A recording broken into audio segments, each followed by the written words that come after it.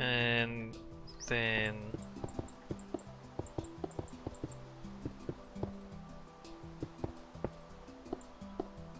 oh, it's 6.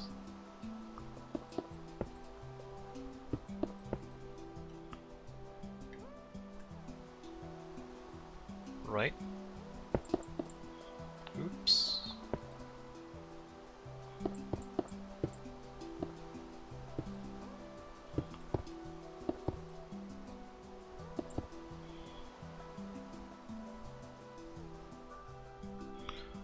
I wonder if that should be...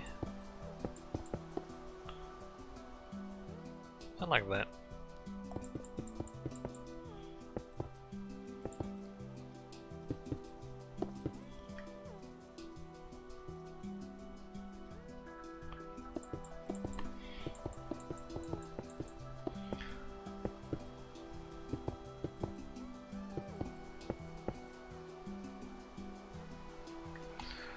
Right, so you got an entry there.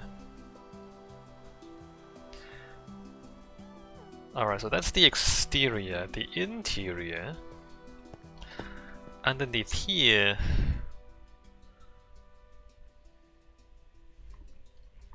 we want fancier stuff.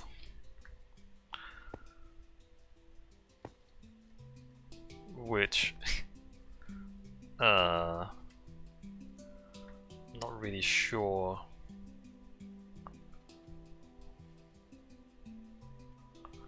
What happens underneath here?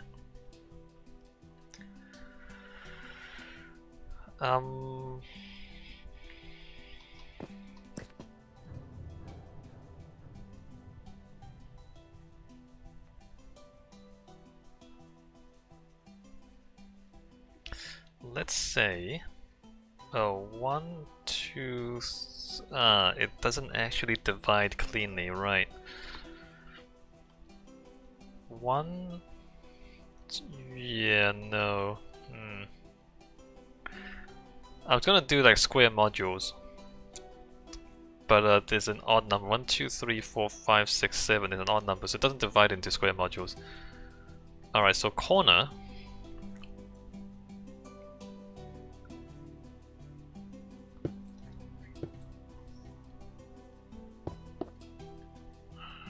Let's get some light down here so we can see what's going on.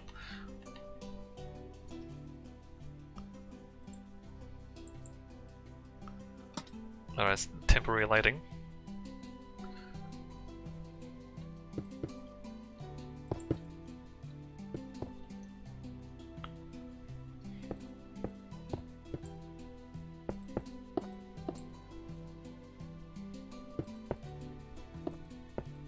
Oops.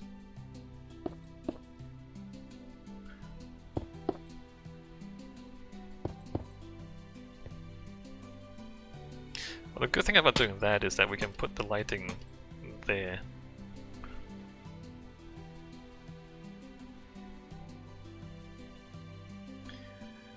And in fact, I might even... Ooh.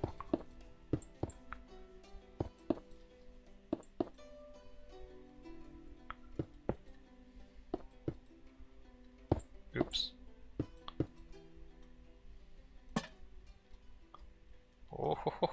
Oh, so fancy.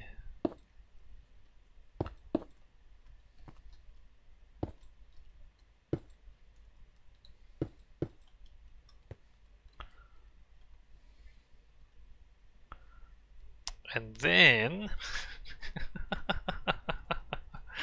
as if that's not enough, that one,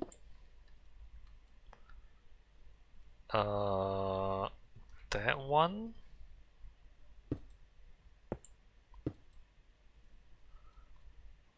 and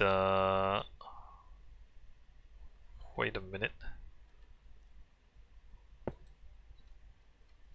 That one and that one?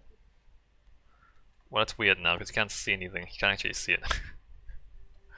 The orange on orange doesn't work because you can't see it.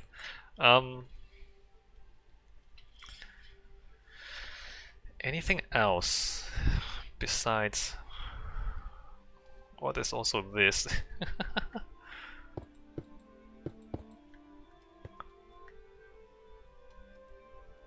That just floats in mid-air though.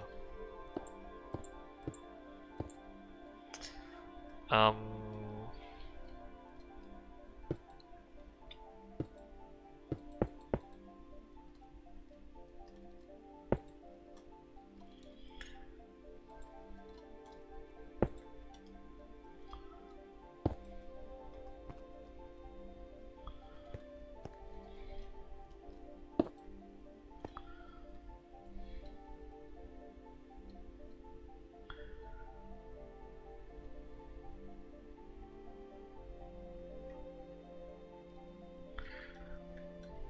Wild.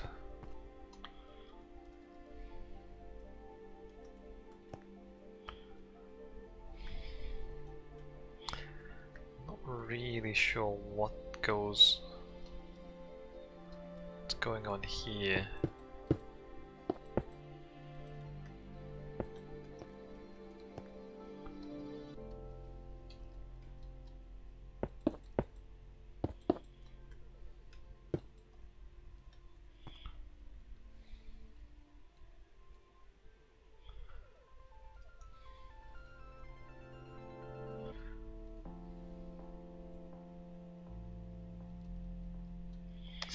I mean...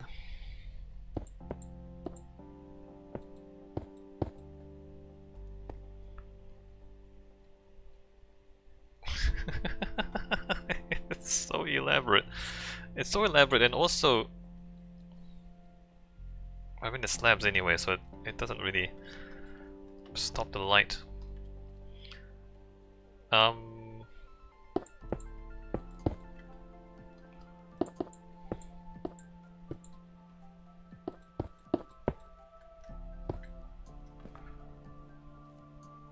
Oh wow. So if I just like...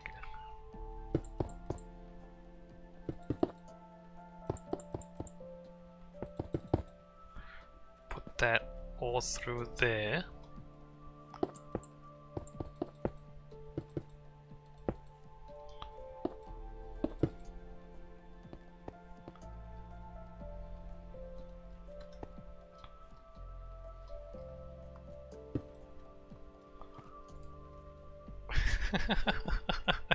Alright, that's pretty good.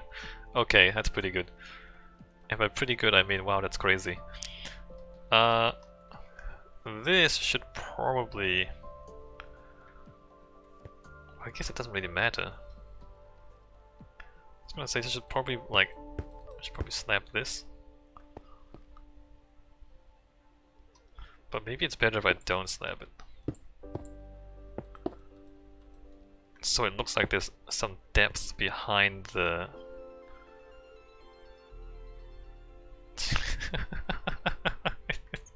Alright, good. In a way it is unnecessarily complex, but that's a good thing. In my book...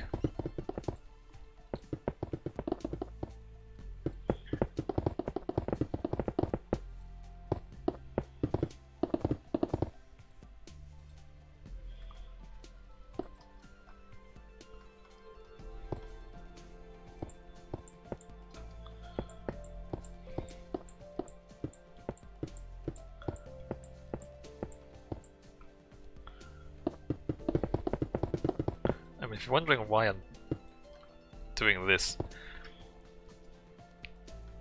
like Google Alhambra ceiling carving.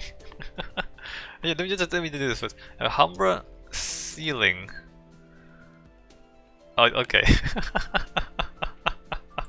Okay. Alhambra ceiling. Type that into Google image search.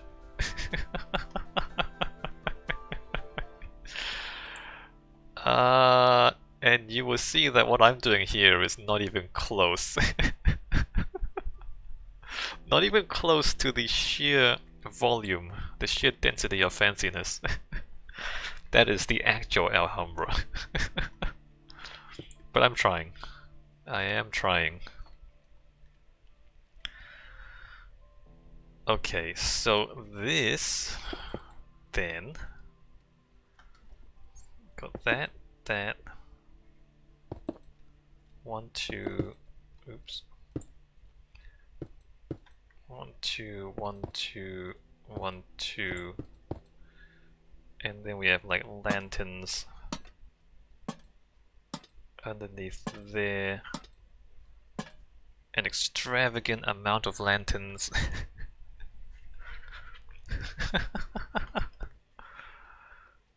Oh, that's really good. Look at this.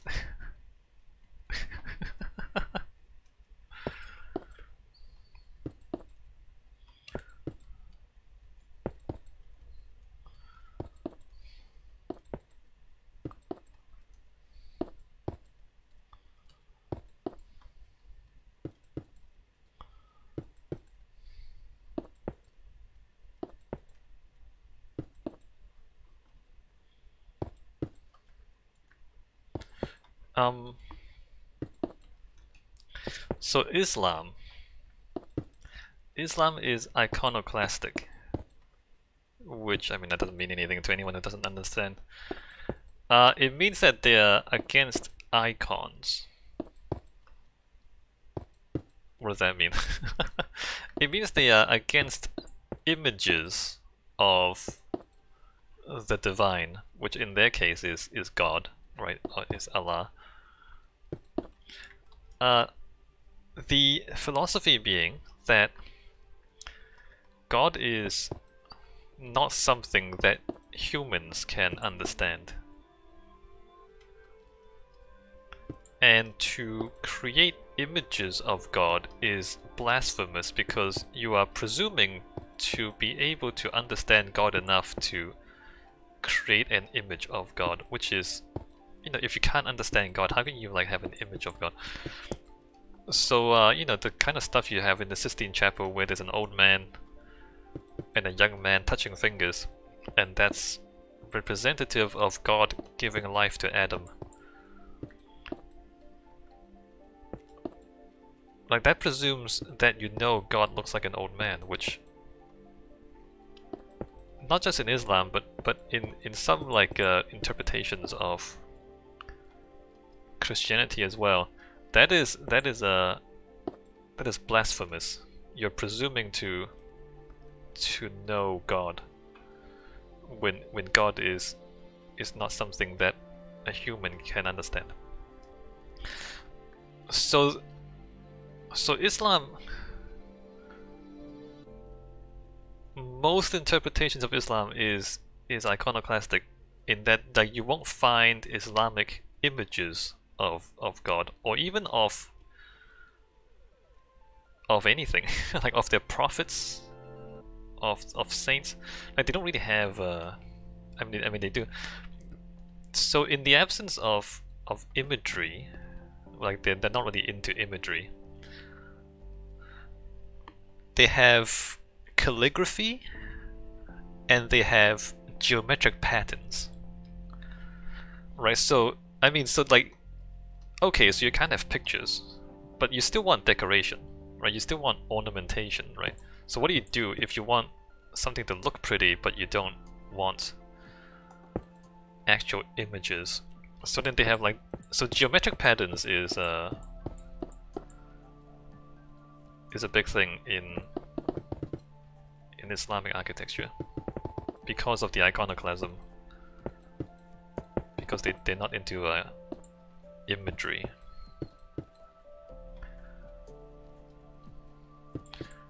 Which then leads to really overly elaborate architectural ornamentation, like the Alhambra ceiling, which is just like really, really, really complex geometry. And you might interpret that as, well, I mean, let me clarify that this is like a one possible way of thinking about it. Not that it is the endorsed way of thinking about it. But like the complexity of the geometric patterns kind of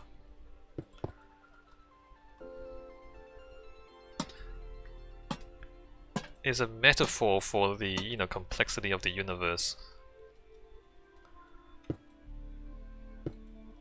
But I'm not sure if that's really a good way to think about it, because if you think about it that way, it becomes a different form of icon.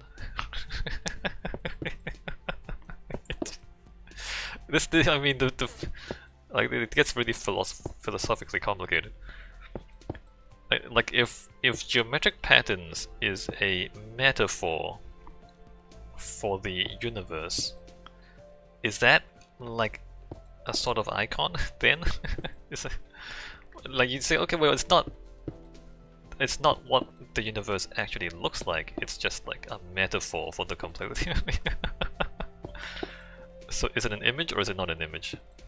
Like, is the geometric pattern an image, or is it just like a pattern that is not figurative, right? It's not a figure. Anyway, the philosophical types can argue all day about stuff like that. Just from a practical perspective,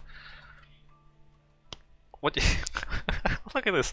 What you end up with is like complex geometry because people want decoration. Like, people want pretty things.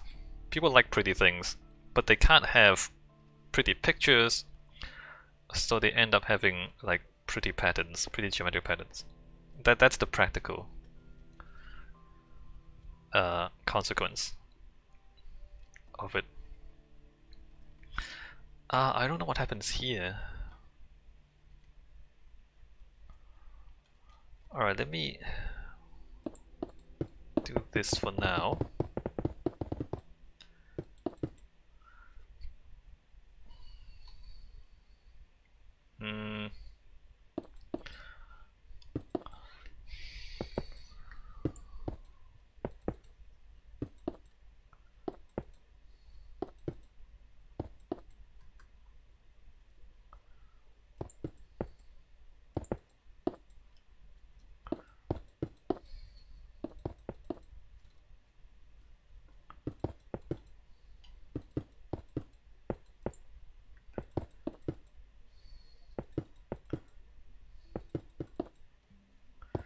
Which, by the way, I mean, there is like a biblical basis for iconoclasm.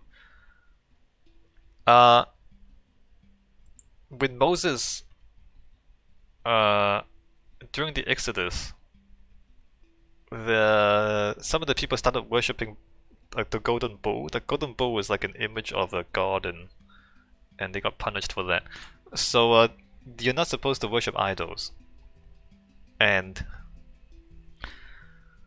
And if you make an image that you say looks like God, then is that an idol? Because you don't really know what God looks like, but you make an image that kind of you suppose is God. Like, that's not really God? That's an idol of God.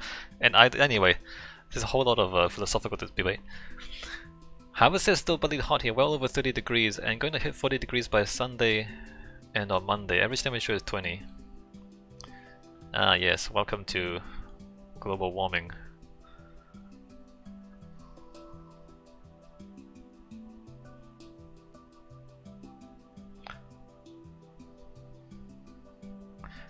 How often has that happened in recent years, Harvard?